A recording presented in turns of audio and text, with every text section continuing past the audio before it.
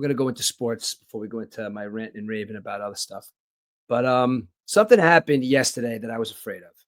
I told you last week how I kind of changed my attitude on Aaron Judge. I mean, I kind of thought maybe he was a little soft. I maybe thought that maybe last year dropping that ball in the outfield, your star doesn't do that. I also told you guys I met a beat writer from the New York Yankees to kind of change my perspective on Aaron Judge as a person and kind of just Aaron Judge as a human being and what he does afterwards and what he does before games, his workout routines, his regimens, and the whole 9 yards. Kind of was, changing my outlook on this guy being a major, major superstar who hasn't won a World Series yet. But yesterday there was some news that, look, I'm not even a Yankee fan, and I feel bad for you guys because he wasn't in the lineup yesterday. Now, I was upset about that because I need the Yankees to beat the Phillies. What the hell are we doing here? But when you hear elbow soreness, you don't want to jump to conclusions. Look, I jumped to a major conclusion the other day when I heard that Justin Fields was carted off the field. And I don't know, as a Jet fan, I pretty much thought that they have to maybe have surgery to have his leg chopped off because that's what happens to Jet fans. And that's what happens to our dreams every single year. They get squashed. But I'll go into the Jets definitely a little bit later. But elbow soreness worries me about Aaron Judge. He is an animal. I mean, he's 6'8". I don't even know how much he weighs. He hits the ball 500 feet. His eye-hand coordination has just become absolutely amazing. When he first broke into the league, I remember a couple of years ago, he was getting screwed on a lot of those low fastballs. I mean, he's 6'8", and he's the best player in baseball right now on the planet. So I guess he's getting a little bit more respect when it comes to the strike zone. But you look at a lot of those early strikeouts in his career. I mean, I guess you could attest that the umpires, were giving him a little bit of a low strike zone. But listen, the umpires aren't doing the best job they can. In the last couple of years, they're not making their plate good for AI coming in and taking over the balls and strikes. But got to do something. They're either aging out and they just can't see. Maybe they got to get a young group of umpires. But the umpiring situation in Major League Baseball is absolutely horrendous, as is the refereeing in football and as is the refereeing in basketball. But do you really want to take the human element out of these games? Listen, AI is going to be no fault. AI is going to be on the money, but there's still going to be something to complain about. It's also going to take jobs away from actual human beings.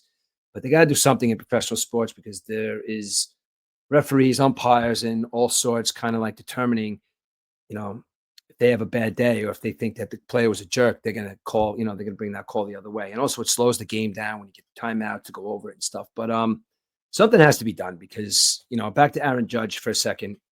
Like I said, he was getting those low calls, but now he's Aaron Judge. He's the best player in baseball. MVP last year and well on his way to an MVP year this year. Until maybe 2 or 3 weeks ago. Now, up until a couple of weeks ago, Aaron Judge was batting 385, over 30 home runs, over 80 RBIs. His OPS was through the roof, over 1. His wins above replacement was phenomenal. He was making diving catches. He was just doing everything he possibly can to become a number 1 player in Major League Baseball. But as you could tell, I mean, obviously the man was playing at a high level and batting almost 400. The slow decline from the batting average. Now, look, you knew that he wasn't going to keep that, 380, 390 batting average up the whole year because very few people can do that. But what you did see was a very slow decline. And I found myself the other day talking to my friend saying, you think something's going on with Aaron Judge?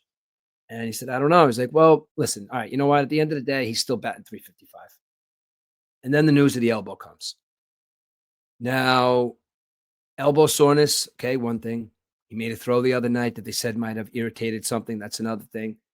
But look, I'm a Jets fan / Met fan. I'm just, used to bad things coming out of stuff like this and thinking the worst. Yankee fans are used to positivity and winning. So if you're a Yankee fan, it could be positive because right now Aaron Judge is on the 10-day DL. And well, listen, you got to pull yourselves up now. And you got to, you got to fill in something. You got to fill in where you got a need. Now, you're the New York Yankees, and your need right now is the best player in professional sport, in professional baseball. That's a big need. Now, the trade deadline's coming up.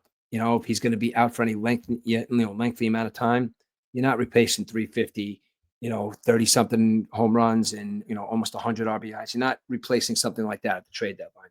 That's just absolutely crazy. So right now with Aaron Judge, not knowing what's going on with the elbow.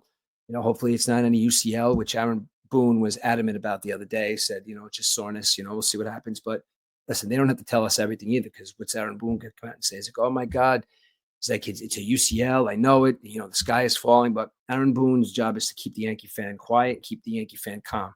So right now he's on the 10-day DL. And they got a big game against the Phillies today, because I can tell you right now, the Mets are keeping pace. You can't take one game from the Phillies. I went on a rant the other day, and maybe I spoke a little too soon about, Mets fans actually out there rooting for the Phillies because of their disdain of the Yankees.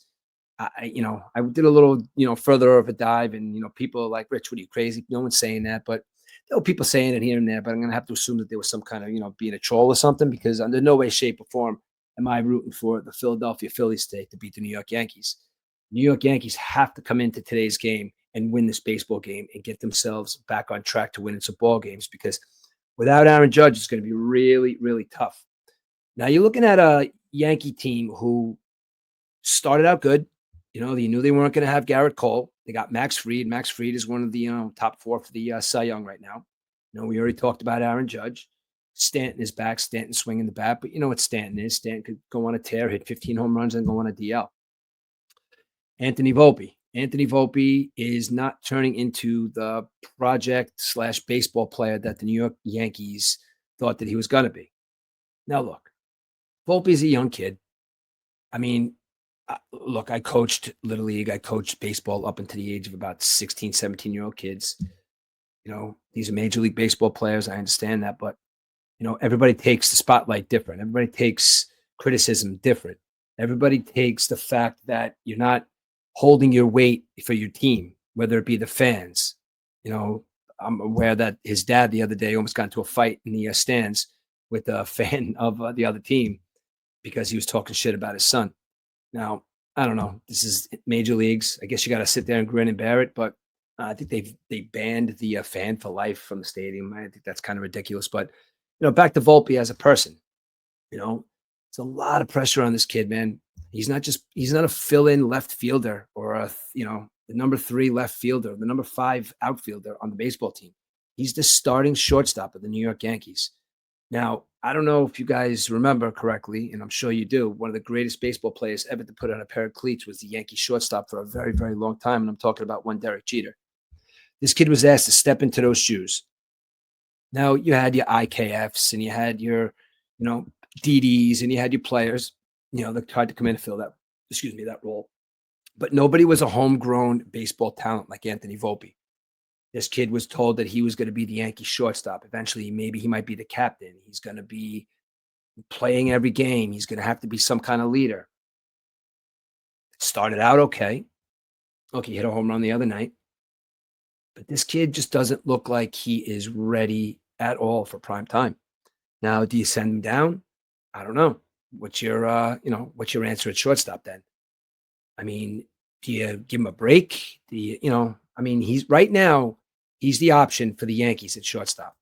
And I think that builds more and more on the fact that maybe he's getting more and more nervous, or maybe he's injured, but the Yankees have to do something. They got Jazz playing third. They got, they're thinking about going out. I think they're out on Suarez. Oh, actually, no, I'm sorry. I spoke too soon. They got the kid Donovan from Colorado. Look, let's be honest. Colorado's got 27 wins. They didn't do too well last year. Last year, he was probably one of the best players on that team. Again, that's not saying too much. With a 27-win baseball team, he comes over as the starting third base and jumps in right away. So can't really say anything about him. Can he bring a little cohesiveness to that infield? I hope so, because right now, the major, major problem with the New York Yankees, and I'm not even going to say the major problem with the New York Yankees is Aaron Judge, because we don't know that right now.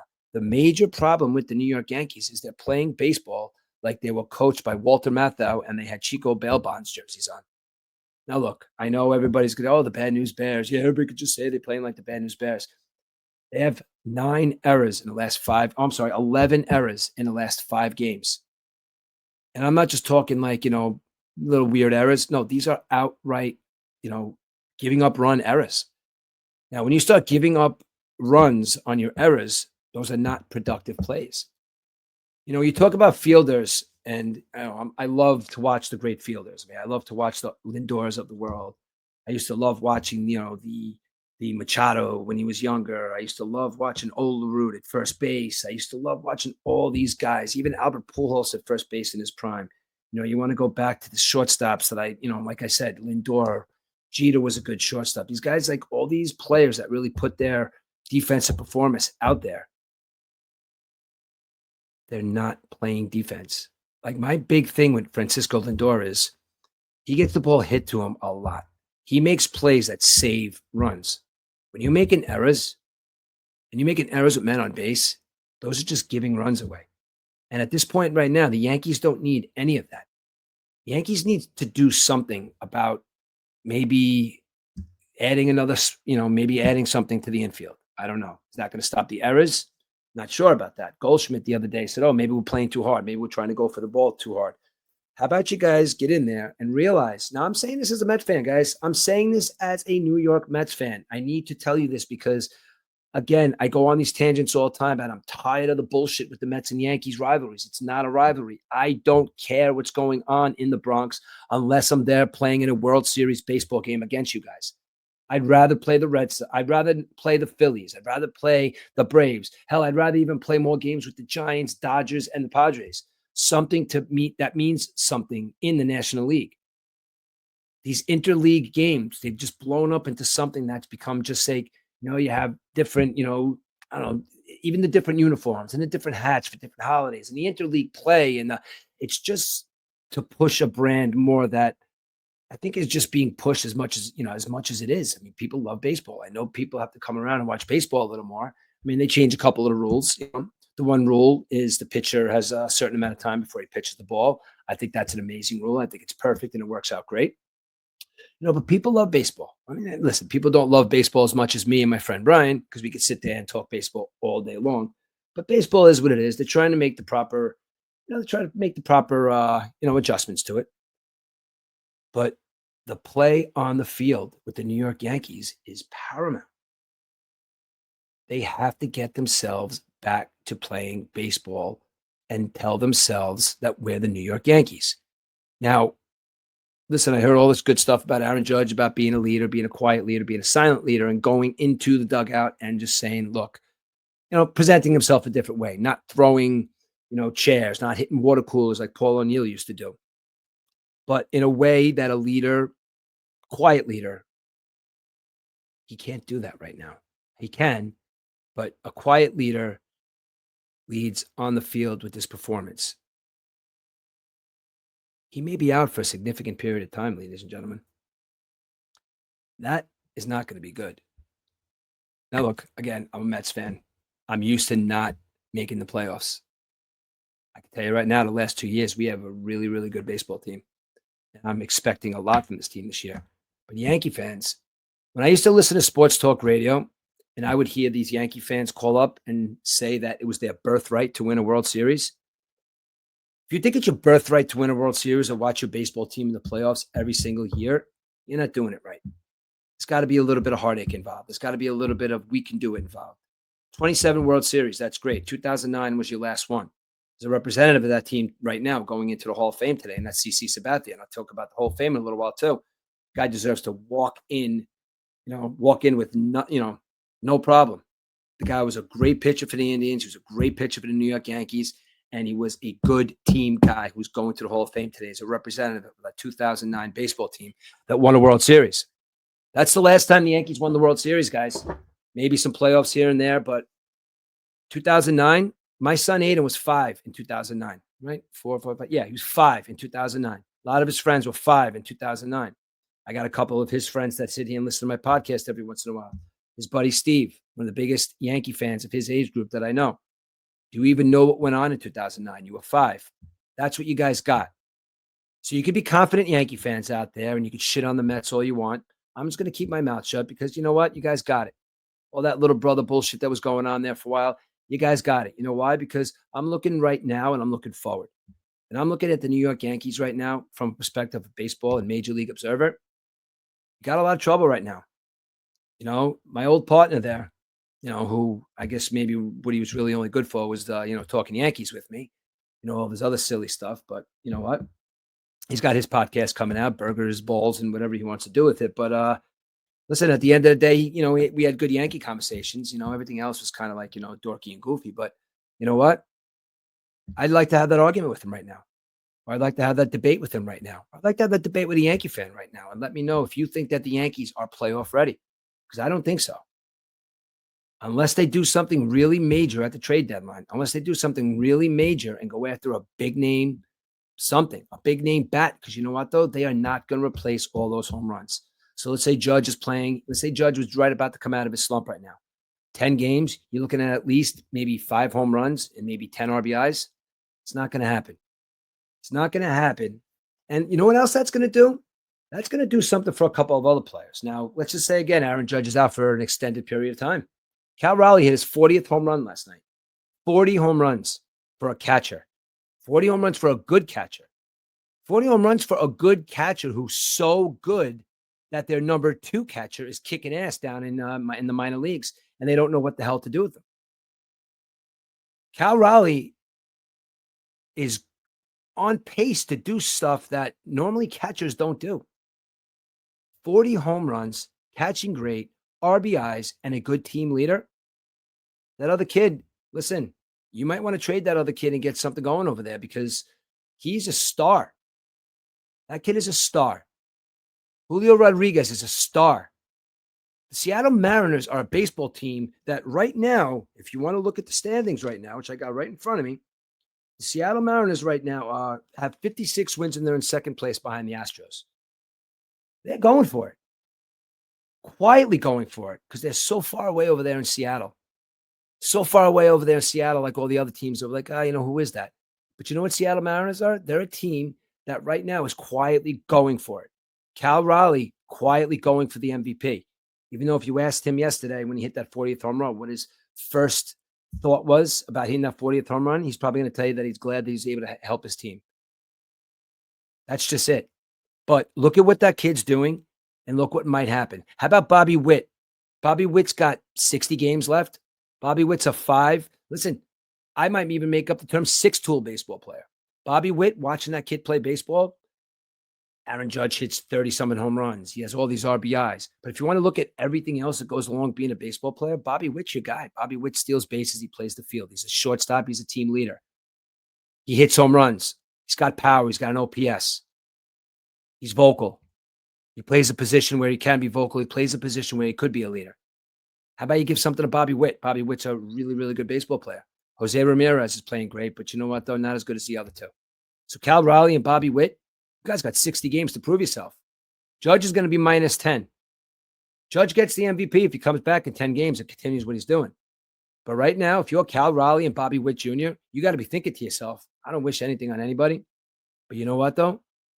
One of us could win an MVP right here if Judge goes down for the rest of the season. Because I don't see a flexor strain. That's what Judge has. I don't know, man. We'll see what happens with that because the Yankees are 6 games behind right now. And they're 6 games behind the Toronto Blue Jays. Now, the Toronto Blue Jays, I don't know what's going on. Toronto Blue Jays are playing really, really good baseball right now. The Red Sox in that division are playing really good baseball right now. Now, the Red Sox are playing such good baseball right now. I think the only reason why they got rid of Rafael Devers or gave him a trade is because maybe he was just a headache or maybe he just wasn't going with the flow or maybe he just didn't fit in that locker room. Red Sox have always had kind of like a knack of maybe, finding these young guys that just get in, they're gritty players and they just, want to play baseball. Jarren Duran's one of them. With the way the Boston Red Sox have been playing lately, I was kind of hoping maybe the Mets could make some noise and try and get Jarren Duran to play center field with us. But looking into that a little bit, Boston Red Sox want starting pitching because the Boston Red Sox are going for it too. So I got to tell you, Jarren Duran, if you guys are out there and you're a Mets fan, I think that's just really just a pipe dream because they want starting pitching and we got no room to give up any of our starting pitching because that right now looks like it's going to kind of be a thorn in our side because it's going to be in and out. Now, my New York Mets. Now, the New York Mets,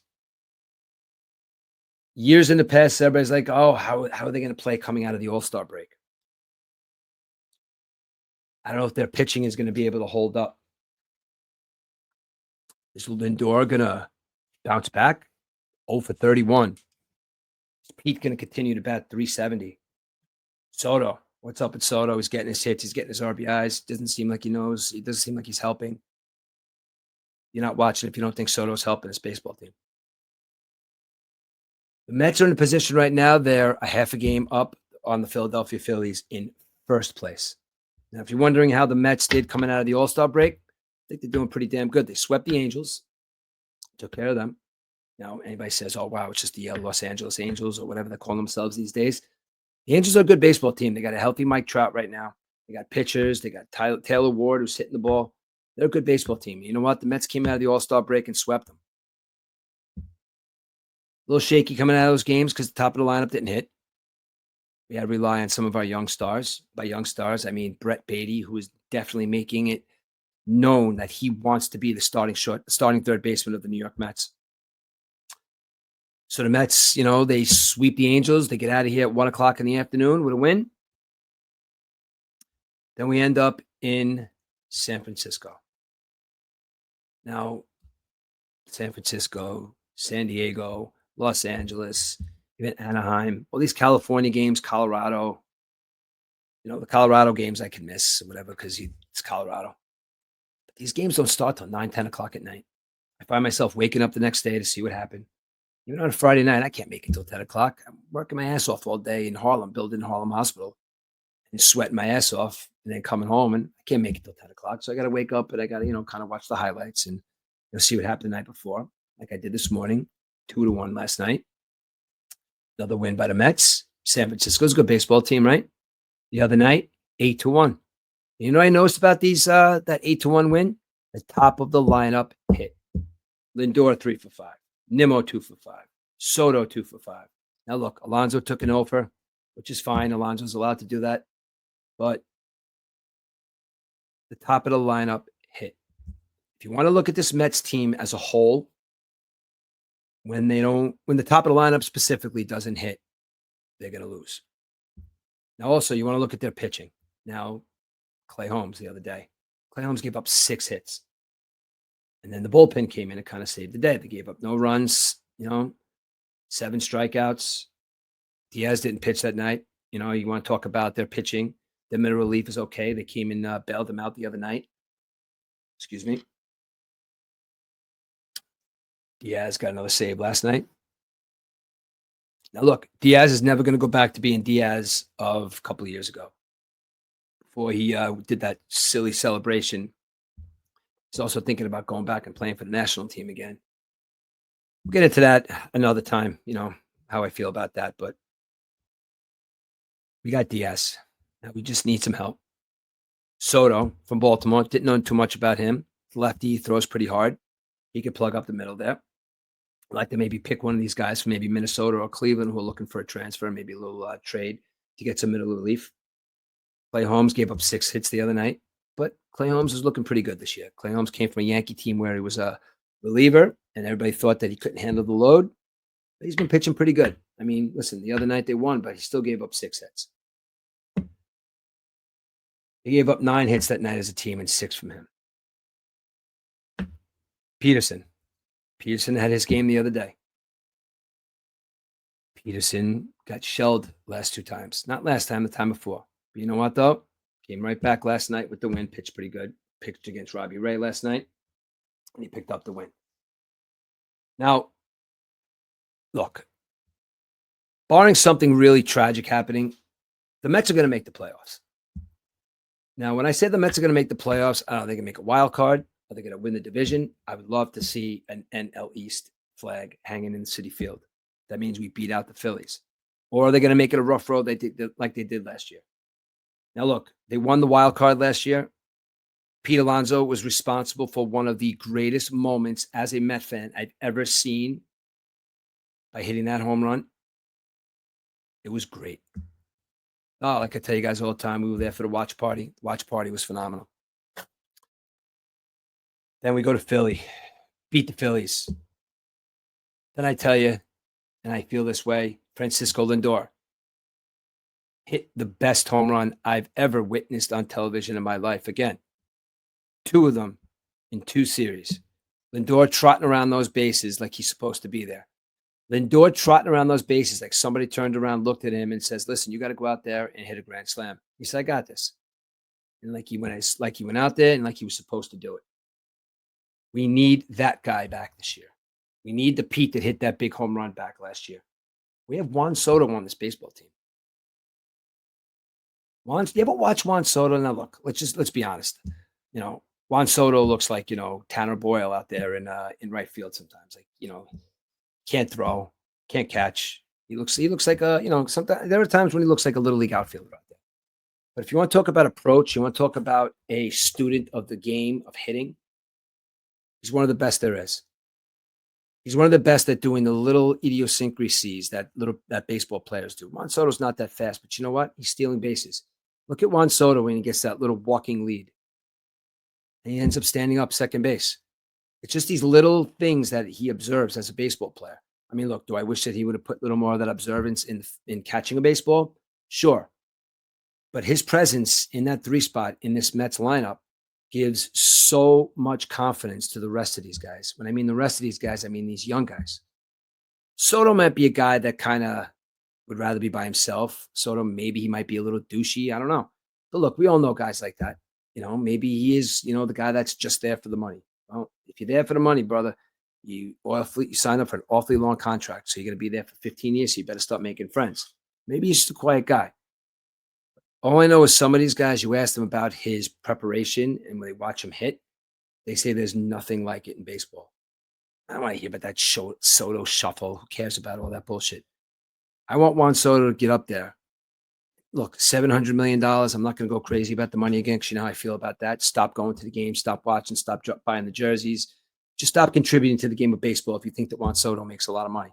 It's a decision that somebody made, and you're not paying these guys, and you're going to watch the game. So you know what, though? I don't give a shit if they gave Soto $1 billion.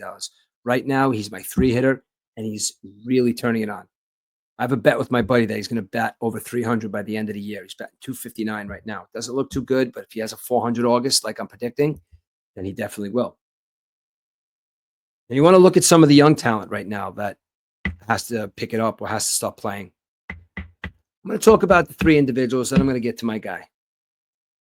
Right now, you got Brett Baty, Mark Vientos, and Ronnie Mauricio, who are 3 position players that are battling to either not be traded or not to go down.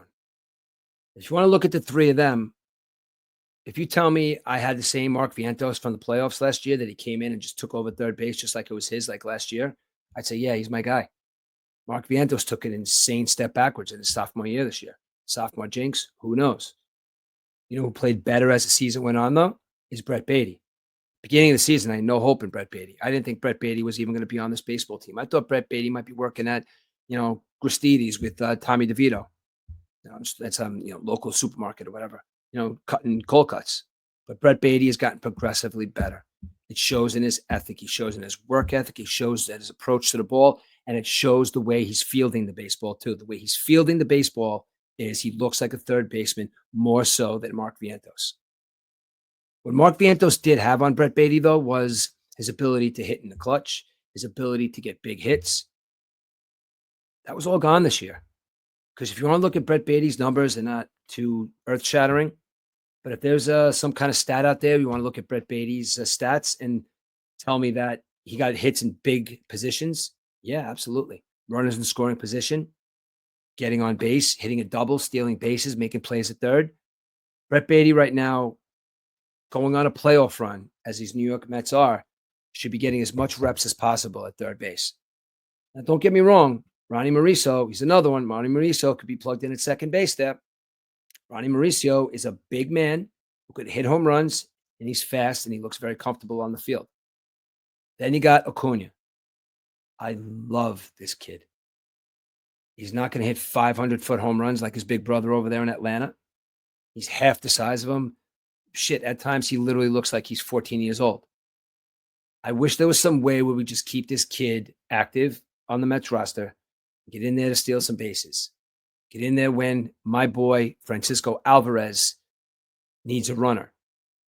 He does all these little things that baseball teams, not every baseball team has a guy like that. Look, he's not going to hit a home run. He weighs about 130 pounds. If he gets a big home run, that's going to be a big deal in the Mets clubhouse. But what he is going to do is add some speed. He's going to add a stolen base here. He's going to maybe add a bunt. Maybe let's get the suicide going. Let's probably play some small ball. But you know what? He's another one. If for some reason he's not ready, he has to go down, then so be it. If you want to look at those guys right there, and you got to keep two, I keep Mauricio and Beatty. Beatty's going to start at third base. Mauricio's going to play second base. Maybe they'll platoon a little bit back and forth. But on a playoff run right now, Beatty and Mauricio have to become some sort of everyday baseball player. Because Vientos, you could be somebody that might be offered in a trade. You could be somebody that might get sent down because maybe, that sophomore year is a little too much for you. Let's give you another try next year. But Brett Beatty, keep playing the way you're playing. Ronnie Mauricio, keep getting more comfortable. Beatty might go down. Now let's get to the catcher position. The catcher position is Francisco Alvarez. Now look, Luis Torrens, he filled in good. He's a mature catcher. He throws people out, calls a good game. We had the second coming of Mike Piazza supposedly coming up in Francisco Alvarez. Now, he's Venezuelan. He's a lot shorter. He's a little bit more of a hyper kid. He's not Mike Piazza, but I'm just talking about the way Mike Piazza hit the baseball for the New York Mets and the Dodgers for that matter. He got sent down. And you want to look at Francisco Alvarez from a perspective of being a catcher. He's learning every single day. He's still young. He idolizes all the professional catchers. He idolizes the game of baseball. He knows how it's supposed to be played.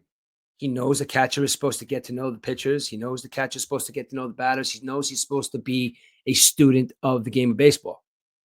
The only thing that was just a little bit off was his swing. Now, Yankee fans look at Dominguez as well. They both have the same problem. They have that uppercut swing that if they connect, the ball is going to go 500-600 feet. Fix a little bit of Alvarez's swing. Make him maybe level off a little bit. Maybe make him, an adjustment. I'm not a hitting coach. I don't know. Sometimes when you see a team that has, from 1 to 9, they just hit, maybe it is something to say about a hitting coach on a Major League Baseball team. You're not just there for emotional support. Something they see. Well, let's hope somebody saw something in Francisco Alvarez the other night because he hit a home run the other night in his return. He had a triple last night. He's back. He's got a full head of hair. Just had a baby the other night. And he's ready. Today, he's ready. Yesterday, the day before, he's ready. And these are 3 games back now. I don't know what he's going to go to or know what he's going to become. But if he continues to play the way he's playing, we have the catcher of the future locked up. No more hiccups, Francisco Alvarez. No more, I don't know why I'm striking out every day. Look, Marte grabbed you last year in the playoffs. Had a conversation with you. It was well known. Everybody said it. You went 6 for 8 after that and contributed big time. Somebody have a conversation with you this year. Somebody sit down with you. But you need to be the number 1 catcher and the guy on that baseball team. Because you know what? Pitching lab or not, somebody's going to come in here. Somebody maybe with an attitude, maybe somebody without an attitude. You're going to have to grab a new pitcher that comes to this baseball team, whether it be a superstar, or whether it be a reliever, or whether it be somebody that's going to contribute. And you got to get a harness on this pitching staff. You can't let Peterson go back to what he was doing. You can't let Clay Holmes give up 6 hits. You have to be confident in the pitches that you're calling. You have to be confident in what you're doing. And you got to have conversations with all these guys. Kodai Senga, I don't know, you speak Venezuelan to him. He'll speak to you in his language. Kodai Senga right now is the number 1 pitcher. That's 3. Peterson, Senga, Clay Holmes, and now you got the guy who I think is going to be the key to a World Series. And if this man stays healthy, this man stays strong, focused, Sean Manaea going forward, the stronger he gets. Think about this for a second. He just got back 2 weeks ago. So he's fresh. He's ready to throw 100 some odd innings. He's ready. So you got a healthy Manaea, a healthy Senga, healthy Peterson, healthy Clay Holmes. Listen, Frankie Montas, not a big fan. Pitched okay last time, got shelled the time before. kind of hoping something is in the works right now where Frankie Montas does not get to be the number 5. Maybe they're looking for something at middle relief. Jared Duran's situation is not going to happen because Boston wants pitching.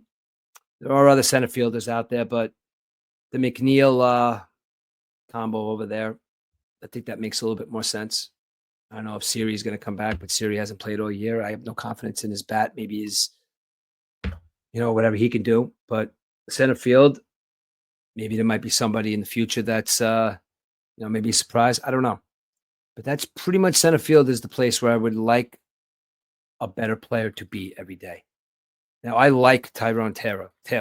I think he plays the outfield position at center field hard. He runs hard. But his bat just isn't there yet. Maybe a year from now, maybe 2 years from now. But this Mets team this year, he doesn't have time to get his swing down. Mets don't have time to put somebody out there that really isn't too good with the bat just because he's got a good glove. We got to put people in position to win baseball games. And you got to do both. You got to be Juan Soto and right. Look, Juan Soto, he's serviceable. He could catch, but he's not on the Mets to catch. He's on the Mets to hit. Got Nimmo, Lindor, Beatty, Big Pete Alonso, Francisco Alvarez. I need to be talking about this team in October or November. And the Yankees, you're not holding up your end of the bargain, guys, because I have no faith in the fact that you're going to make the playoffs. I have a feeling that it's going to be a one-sided town this year come playoff time if you don't get up and start playing some baseball. Because right now, the Yankees are falling and the Mets are just rising. David Stearns, I know you like the no-names. I know you like the guys that you like to pull out of a hat. I know you got tricks up your sleeve. What kind of trick you got up your sleeve right now? What kind of trick do you have up your sleeve where you're going to make a splash and you're going to bring us somebody that's going to contribute? Mets, I want you guys to win a World Series this year. Out of all the teams I root for, I'm going to go into the Jets in a little while, but of all teams I root for, this is the team that I want to win a championship more than anything. So let's go from here. Trade deadline's coming up. David Stearns, are you going to do something for us, or are you just going to keep it the same? Let's see. One more note about baseball. The Hall of Fame induction is in today. Now, I always have a problem with the Hall of Fame induction. Always have a problem with it. I know I keep telling you that I met somebody on vacation that's a beat writer for the Yankees. He also told me he has a vote for the Hall of Fame. These 3 guys this year deserve it. Now, look, man, you got CC Sabathia. CC Sabathia played 19 years in the major leagues, very successful seasons with the Indians, very successful seasons with the Yankees, won a World Series in 2009 with the Yankees. He's got a lifetime 251 and 161 win-loss, 3.7 ERA. He started 560 games. He's got 3,093 strikeouts. If you want to put that to an average, it averages out to about 187 strikeouts a year. 6 times in his career, he had over 18 wins. Like I said, he won a World Series in 2009. The year they won the World Series, he had 19 wins, had a 3.3 ERA, and 197 strikeouts. CC Sabathia, congratulations to you on your entrance in the Hall of Fame today, because you, my friend, deserve it. I also heard that you got a son that's a pretty damn good baseball player over there in Jersey, and good luck to your family as well. And you were really good for baseball, CC. The way you stuck up for your men, the way you hit that guy in Tampa, you are an all-around baseball player, all-around gentleman, and congratulations on getting into the Baseball Hall of Fame. Billy Wagner. They don't let too many closers into the Hall of Fame. Billy Wagner's got 422 saves. Now, let's be honest. Billy Wagner was okay. Billy Wagner played in a time period where you had Mariano Rivera, who is some consider the greatest closer / pitcher / baseball player even that ever lived. Billy Wagner played in that era. Billy Wagner had seasons when he had over 30 saves. He had 25, saves, pitched 903 innings to 422 saves. Billy Wagner, congratulations on your entrance into the Hall of Fame. Now, this guy right here is a player that anybody in their right mind would say no about this guy. Anybody in this right mind that would have anything bad to say about this guy has to have their head examined. I don't know. He got 99.7% of the voting. I don't know if that's a 0.3 of somebody just saying no. But back to the guy that I talked to about having a vote for the Hall of Fame. Don't tell me that this stuff doesn't get looked at. Maybe he pissed off. So I don't know what it is. I couldn't see that happening because Ichiro Suzuki is going into the Hall of Fame today. I saw a stat about Ichiro that blew my mind. Ichiro Suzuki at 26 years old. All right, this is the stat. Suzuki at 26 years old had 0 major league hits. 0. Ended his career with 3,093 at the age of 26 going forward. Most baseball players have a whole bunch of, hits and home runs, up until that point in their career. But for him, 26 years old, getting into the major league, starting from scratch, 3,093 hits, lifetime batting average of 311, 9,900 bats. He had 3,089 hits. That's pretty damn good. Okay. He batted 350 4 times in his career. 354 times. So now Ichiro Suzuki, you played well over in Japan, and you played amazing over here in the United States of America. And it was a pleasure getting to watch you play baseball. And it's going to be a pleasure today watching you go into the Major League Baseball Hall of Fame. To these 3 gentlemen, congratulations on your entrance into the Major League Baseball Hall of Fame. And let's hope next year's class, kind of involves maybe some of the steroid guys. Barry Bonds, greatest baseball player that ever lived. Listen, Roger Clemens, asshole, deserves to be in. A-Rod, asshole, deserves to be in. You name it. Barry Bonds, get him into the Hall of Fame. And then so we could get up there in front of the pulpit, look at everybody and just say no. I don't know what he would do. Maybe it would be an honor, maybe it won't. But that's my story about the Hall of Fame. 3 guys that definitely deserve it. Football's starting to heat up a little bit now. Now, when I say football's starting to heat up a little bit, starting to be some, I guess they call water cooler talk, or, everybody's starting to make their moves. Everybody's starting to get there. Listen, training camp started this week. That's why football's in the news. Let's be honest.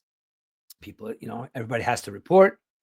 All their teams are together now. They're not going to be, getting anybody in a trade. They're not going to be releasing. Well, they're going to be releasing people because those are just guys that don't make the team.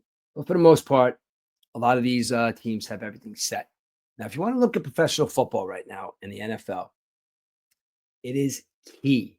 It is paramount that you have a top-notch quarterback. When I mean top-notch quarterback, it's like, think of these names I'm going to say to you right now. Pat Mahomes, Josh Allen, Lamar Jackson. You even throw Joe Burrow into that, even though Joe Burrow hasn't won a goddamn thing. I guess they consider him elite. Jalen Hurts is a good quarterback, but without Saquon Barkley, who knows what happened last year? Jalen Hurts is a good quarterback, but do I think he's elite? Not really. Then you got a bunch of other quarterbacks, probably second-tier quarterbacks, maybe, and I think Jalen Hurts belongs then just because the fact that he won a Super Bowl last year, they're putting him as elite, but Herbert, Stafford, Goff, Brock Purdy, CJ Stroud, even add Aaron Rodgers into that mix. Pittsburgh Steelers got a lot better. Aaron Rodgers with a chip on his shoulder. Jet fans, you know as well as I do, after week 7 or 8, Aaron Rodgers was ready to play football. Came back from an injury that I told everybody he was going to come back from quick. He did it, but maybe that was a detriment. Maybe he came back too quick. But all I know is I feel as a Jet fan that maybe the Jets gave up on him. I feel as a Jet fan maybe hiring Aaron Glenn, which I like. I'll go into that in a couple of minutes. Maybe he wanted to start off with a new quarterback. Who knows? Well, I know that Aaron Rodgers is going to be throwing the football for the Pittsburgh Steelers. DK Metcalf. I don't know about that, man. That looks like it's going to be an offense that's going to score some points. I fully believe that if you were to ask me today, the Pittsburgh Steelers are going to beat the Jets by 4 touchdowns on opening day. But hey, listen, you never know. The Jets are a completely different football team. I'm going to go into them in a couple of minutes. But I read an article on, I guess, maybe X or something like that, that talked about a couple of quarterbacks specifically, these sophomore quarterbacks who are pretty much considered to be elite quarterbacks. Now, you have a couple of teams there that are going for it. And I don't know really what goes into making a difference the minute you step on a football field. Is it your personality? Is it your athleticism? I mean, look, we've seen a lot of really, really amazing athletes step on a football field and get humbled really quickly. So athleticism, yeah, it helps, but something else maybe that you need. I don't know if it's you got to be smart. I just don't know because I don't play football. I don't play the quarterback position on a high level. It's four quarterbacks that I'm going to mention right now that are going to lead their teams this year. Okay. And one was thrown into a position last year in Michael Penix Jr. They gave Kirk Cousins a shitload of money. And obviously he didn't come through. Obviously, maybe Kirk Cousins was hurting a little bit. Maybe Kirk Cousins, I don't know what it was, but maybe he forgot how to play football. But they drafted Michael Penix Jr. for a reason. He came from a big school, Washington, where he played football at a high level. I wanted the Jets to get him. I thought maybe if the Jets were to get him in the second round, maybe he'd be ready this year. But we're going with Justin Fields instead. But I love Michael Penix. I think Atlanta's a team that's on the rise. I think Michael Penix has a couple of wide receivers. They got a coach that's really in for the win. They got an offensive line that's going to protect them. So Michael Penix is in a position right now where I don't think he's going to, compete for a Super Bowl, but they're going to be relevant. They're in a division where the football that's being played there right now is really not top notch. If you really want to really go into it, I mean, how did San Francisco do last year? They had 6 wins last year. You got Seattle in that division. I mean, Seattle, will they be better? I don't know. Is Sam Darnold a better alternative than Geno Smith? We're going to find out this year because I think Sam Darnold was a product of his environment because he was in San Francisco already, didn't do shit. We obviously know he started out with the Jets where he definitely didn't get, listen, he started off with a shit coach. So, I mean, he didn't even have a shot when he came to the Jets. But now he's out there in Seattle. Listen, you never know. Let's see what happens because Atlanta's a team, like I said, let's go back to Atlanta. They're on the up with Michael Penix. So then you got Drake May. Now, Drake May is interesting. Now, I think Drake May is a good quarterback. He's got all the tools. But the Patriots are in a little bit of a different position. Patriots, their offense and their defense, they're young. Their coach last year was not ready to coach a professional football team. A lot of stuff was going on over there. The Belichick era is over. The Brady over has been over for years. Do we bring in guys from that era? Gerard Mayo, he was a player for them, but you know what, though? Maybe not just a good coach. So the New England Patriots decided to go in a direction of bringing in Mike Vrabel. Mike Vrabel took a couple of Tennessee Titans teams to the playoffs that had no business being there. He seems to be a disciplinarian. He's an offensive-minded coach. He, right now, is looking at a quarterback that has all the tools to become not Tom Brady by any stretch, but to lead a football team. Now, what Vrabel's going to do for that team is he's going to bring in a new culture. They're going to bring in a culture that's going to let these guys know that they can win.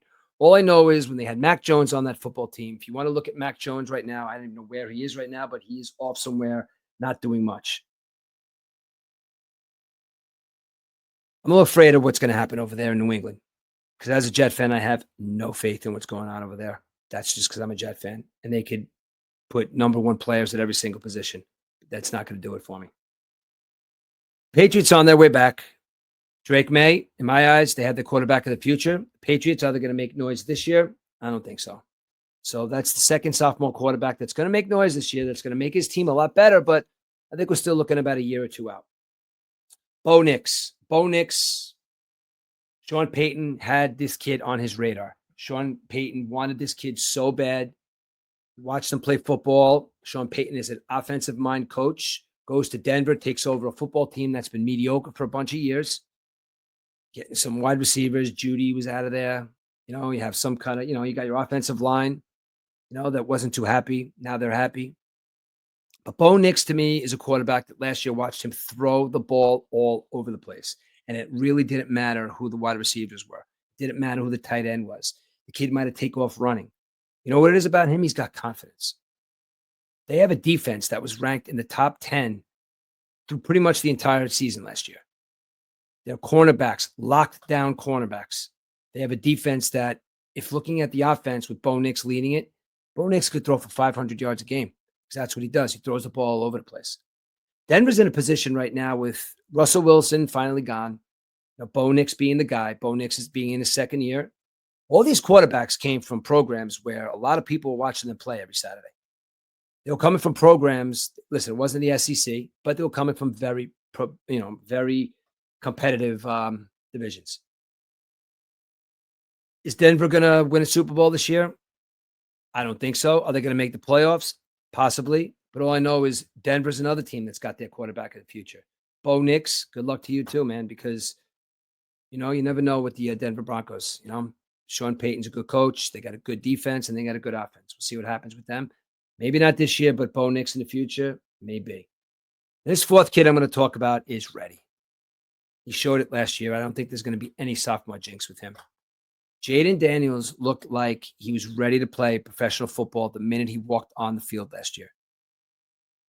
Look, new ownership got that guy out of there. He was a mess. Didn't know how to own a football team. They sell the team. New owner picks up. They draft Jaden Daniels. Jaden Daniels played against the crowd like LSU with chanting his name, screaming. Has number one wide receivers up for the moment at every single snap. He looked the same going into football on the professional level last year. And don't let Washington fool you. They just got better. They acquired 2 offensive linemen who are ready to protect Jaden Daniels. And they got Deebo Samuel. And if anybody's watched the San Francisco 49ers and loves Deebo Samuel, because I pick him up every single year on my fantasy team, that got the Redskins the Super Bowl. That got the Redskins the step they needed to go further and make a Super Bowl run. They said last year that if Jaden Daniels carried that football team to a Super Bowl, it would be the first rookie quarterback in the history of football to take his team to a Super Bowl. Just fell short. This year, the Washington Redskins are ready to go in and win a Super Bowl. Yes, I know they're the Commanders. I know it's very, chic right now to talk about how the fact that they want to be called the Redskins again. I don't care. Just go play football. Take the politics out of this bullshit. And Jaden Daniels, I know my buddy Eddie out there in California is a huge Redskins fan. He's ready, bud. Washington Redskins with Jaden Daniels are ready to win a Super Bowl. We'll see what happens. If any other teams in that division have anything to say about it, like I said, Atlanta might have something to say about it. Green Bay may have something to say about it. But bottom line is Washington, Philadelphia is in your division. They may have something to say about it. But Washington Redskins / Commanders can win a Super Bowl this year. Now to my Jets. I'm not going to spend too much time on my Jets. I just want to give you a little couple of thoughts about how I feel about what they did and what they're doing. Now, the other day, if you're like me, I'm at work. I look down at my phone. I look down. I get the alert. Justin Fields carted off the field. So me, being a Jet fan, first thing that comes to my head, Jaden Daniels carted off the field. He's probably going to have his leg amputated because that's what happens in Jetland. Whatever the worst possible thing that could happen happens to Jet fans. 4 snaps in, one of the greatest quarterbacks that ever lived. We finally got him on our team. 4 snaps in, season over. We've never known how to pick quarterbacks. We've never had super elite quarterbacks. We got Curtis Martin is our greatest player ever of all time. You could say Joe Klecko. You could say a whole bunch of different, but we never have elite quarterbacks. Justin Fields probably had to have his leg amputated. Thank God that's not the case. But there is a concerning thing about what happened with this Justin Fields the other day. And look, I'm excited about him. I think he's going to be good. I think he's in an offense now that's young and they could, learn. I'm a little concerned about the fact that it looked like he hit the ground like he got shot. You dislocated your toe and you need to be carted off the field. Now, I'm not going to go into a major rant about how you should be tough because that's all I talk about. But pick your balls up off the football field and walk off that field like a man with a dislocated toe. I don't want to hear it. This is football. You're tough. Do not get carted off the field because of a dislocated toe. Now, all that aside now, Justin Fields, get out there and win some football games. Because the Jets right now, last year, look, on paper, they looked like they could have made some noise. They didn't do shit last year. Okay? Got us all excited. Got us crazy. Got Aaron Rodgers, the quarterback. Aaron Rodgers started looking like a quarterback come week 8. We gave up on Aaron Rodgers. But I think that the key right now to the Jets' success right now lies in the fact that we have a coach that we didn't have for the last couple of years. Last year, we had a bunch of coaches that were enamored by an aging football player who did whatever the hell he wanted on my New York Jets. That's not going to happen this year. Whether you wanted to keep Aaron Rodgers or not, he had to go. Aaron Glenn's coming in here. He wants a fresh team. He wants to have full control, and that's it. He doesn't want anybody telling him what to do. He doesn't want anybody telling him how to run his football team, offense or defense. So Aaron Rodgers being gone, that's fine. Justin Fields, you better toughen up. Aaron Glenn will rip you right off the field if that's the case, because I'm pretty excited about the way he's going to be coaching this football team. He's quiet, doesn't say too much. He comes from a defensive mindset. Now, that being said, Aaron Glenn played cornerback at a pretty high level for the New York Jets. I managed to watch him a lot. That was my heyday of watching the Jets. Big Jet fan there, going to games, hanging out with my friends. Aaron Glenn, number 31. He's our defensive back. He's our cornerback. He wasn't elite, but he was really, really good. Then he became a coach, and he coached the Detroit Lions defense. Almost won Super Bowls with them, but he wasn't the head coach. Now he's the head coach. He's got experience. He's got experience on a high-level football team like the Detroit Lions. He's played football on a high level. Now what you need to do, Aaron Glenn, is before the season starts, is I want you to grab that number one cornerback who just signed a very, very lucrative deal. I want you to sit him down, and I want you to say to him, you don't run away from tackles. You cover the number one receiver on the football field. I don't care what defense I'm calling. If the number one receiver is there, you switch it up and you cover. And God damn it, hit somebody. Play the position like a man. You're not Deion Sanders where you're going to intercept or block everything. You got to hit. The New York Jets gave you a shitload of money this year. Act like it. Be the cornerback that everybody knows that you could be. I was very hard on you last year. Now, I know he doesn't. Nobody gives a shit. You know what I say, but I have an opinion because I'm a fan.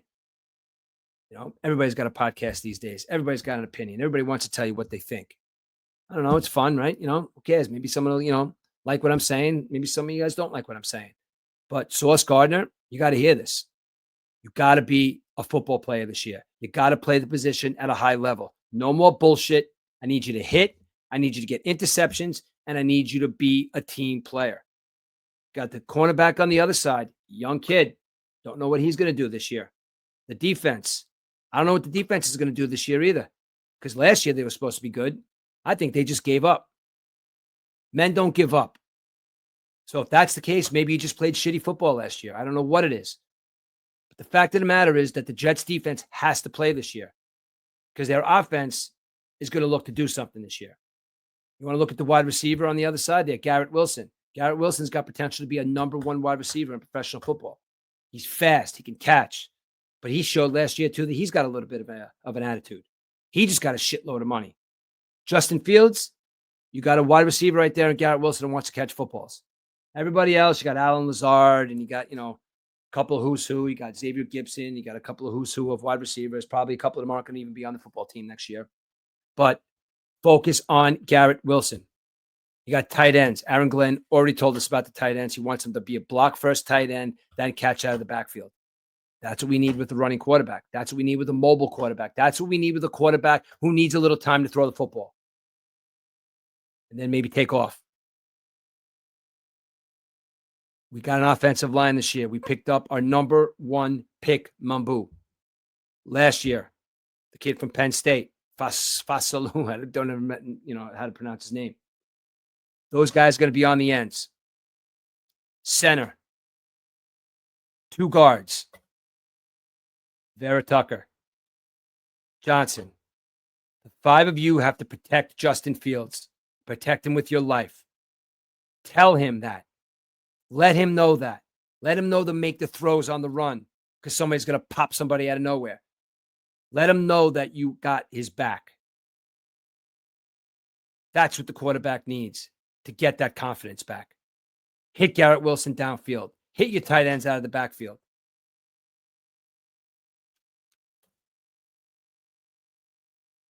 Breece Hall. 879 yards out of the backfield last year. Is that a number one receiver to you? Is that a number one running back to you? No. I'll take Breece Hall and trade him. How about that, Jet fans? Maybe we get rid of Breece Hall. Maybe Breece Hall's not the answer. We got another running back. We got 2 running backs, as a matter of fact. And I think the other kid's better than Breece Hall. Breece Hall said it himself. He's got something to prove. It's a new regime. They just don't know me. Well, I got news for you, Breece. They knew the other 2 guys, too, from the old regime, Sauce Gardner and Garrett Wilson. They just gave them a shit ton of money. How could they didn't grab you and give you a contract? Maybe they know something about you. Maybe you're a troublemaker. Maybe you're not as good as everybody thinks you are. All I know is maybe the Jets could trade and get somebody for you. I don't know. If not, shut the fuck up and play football and be the number one back with the other two kids learning from you. Jets this year, I'm not going to put any stock in what they're going to do this year. The over-under is 5.5 football games. 5.5 games, the over-under. That's how much Vegas thinks about the New York Jets this year. I was hoping to think a little bit more of them. I take the under. I'll tell you right now, I have no faith in my New York Jets winning 6 football games this year. Open it up against the Steelers. Steelers at home. I already told you I think Aaron Rodgers is going to throw like crazy. Next is the home game against the Buffalo Bills. Josh Allen, still an elite quarterback, still wants to destroy the Jets, good or bad. Tampa, in Tampa. Miami, in Miami. Dallas is coming here. Dallas is a mess too, but I still think they have enough to beat the Jets. The Denver Broncos, I already told you how I feel about Bo Nix. Sauce Gardner, you better cover those receivers because Bo Nix is coming to throw the football. Carolina Panthers. Hey, who knows? Maybe I'll become a Carolina Panther one day. You know, they're close to where I'm hoping to move to. So maybe I'll become a Panthers fan. Young quarterback. Who knows? They may even come in to beat the Jets. Cincinnati away, Cleveland at home, New England away. New England's going to destroy them like they always do. Baltimore's going to destroy them in Baltimore. Atlanta with Michael Penix at home. They had no shot. Miami, being it's a divisional Miami game, maybe split. Jacksonville and Jacksonville. New Orleans, New England, and Buffalo. Jet fans, pick 6 wins out of this record. Just pick 6 wins. Bet the under. So that's my that's my sports report for the day. Now, this is the Mostly Sports Talk Show because it is mostly sports. I'm going to go into a couple of things right now that aren't sports related.